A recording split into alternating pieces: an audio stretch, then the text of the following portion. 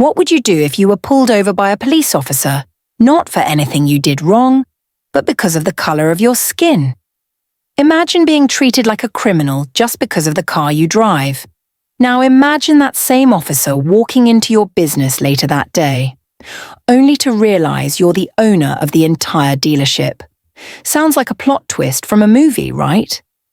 But this is a real story, and it's about to show you just how deep assumptions and racial biases can go. Sometimes life gives you a moment that changes everything. A black man faces racism from a police officer, but the story doesn't end there. It takes an unexpected twist that you won't believe until you hear it. It all started with a routine traffic stop. But for Daniel, a successful black entrepreneur, this wasn't just any ordinary stop. It was a reminder of the everyday challenges that come with being a person of color in America. When Daniel was driving his high-end car, an officer pulled him over for no apparent reason. He hadn't broken any laws, but that didn't stop the officer from treating him like a criminal. The officer's tone was sharp, accusatory, and condescending. He didn't ask Daniel why he was driving such a car or where he was going. Instead, he asked questions that hinted at his own assumptions.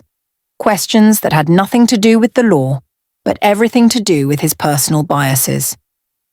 "What do you do for a living?" the officer asked. "A car like this doesn't just belong to anyone."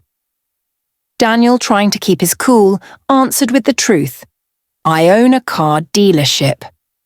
The officer didn't seem convinced, and the suspicion in his eyes only deepened. "Right," the officer said, clearly not believing him. "That's what they all say." In that moment, Daniel felt the sting of judgment, a judgment that went beyond the car he was driving or his appearance. It was the weight of centuries of bias and stereotyping, a weight that's often carried by black people in America, no matter how successful or respectable they are. It's a weight that says, "You don't belong here. You don't deserve this." As the officer continued to question Daniel, he could feel the tension in the air. His pulse quickened, not from fear of getting into trouble. He knew he hadn't done anything wrong, but from the frustration of being judged solely by the color of his skin. Daniel had worked hard to get where he was, building a business from the ground up.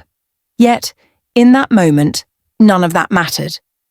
The officer couldn't see past the surface. To him, Daniel was just another black man in a flashy car, and that was all that mattered. Eventually, the officer let him go.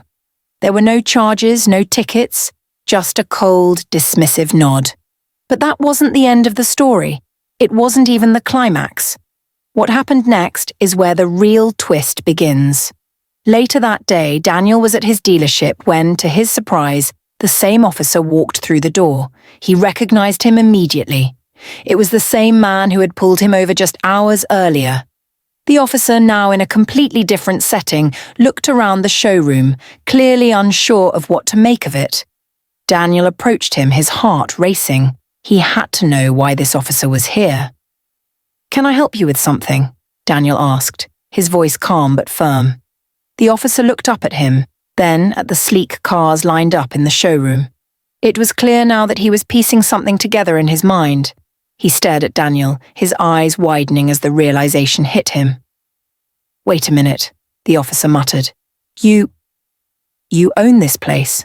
Daniel nodded. "Yes, I do. This is my business."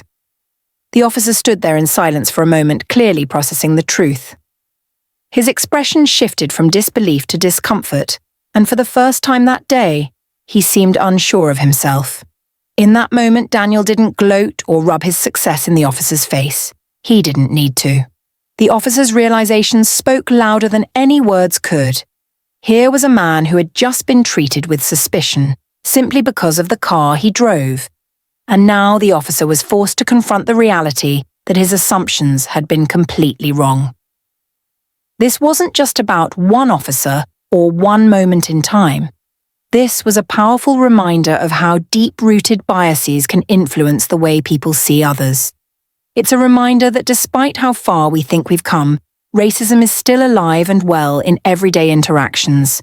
It's in the way people are judged before they even have a chance to prove themselves. And it's in the way people who have worked hard to build something for themselves are often still treated as if they don't belong. This story, while deeply personal to Daniel, is one that resonates with many. It's a reminder that no matter how far we've come, we still have a long way to go when it comes to breaking down racial stereotypes and biases.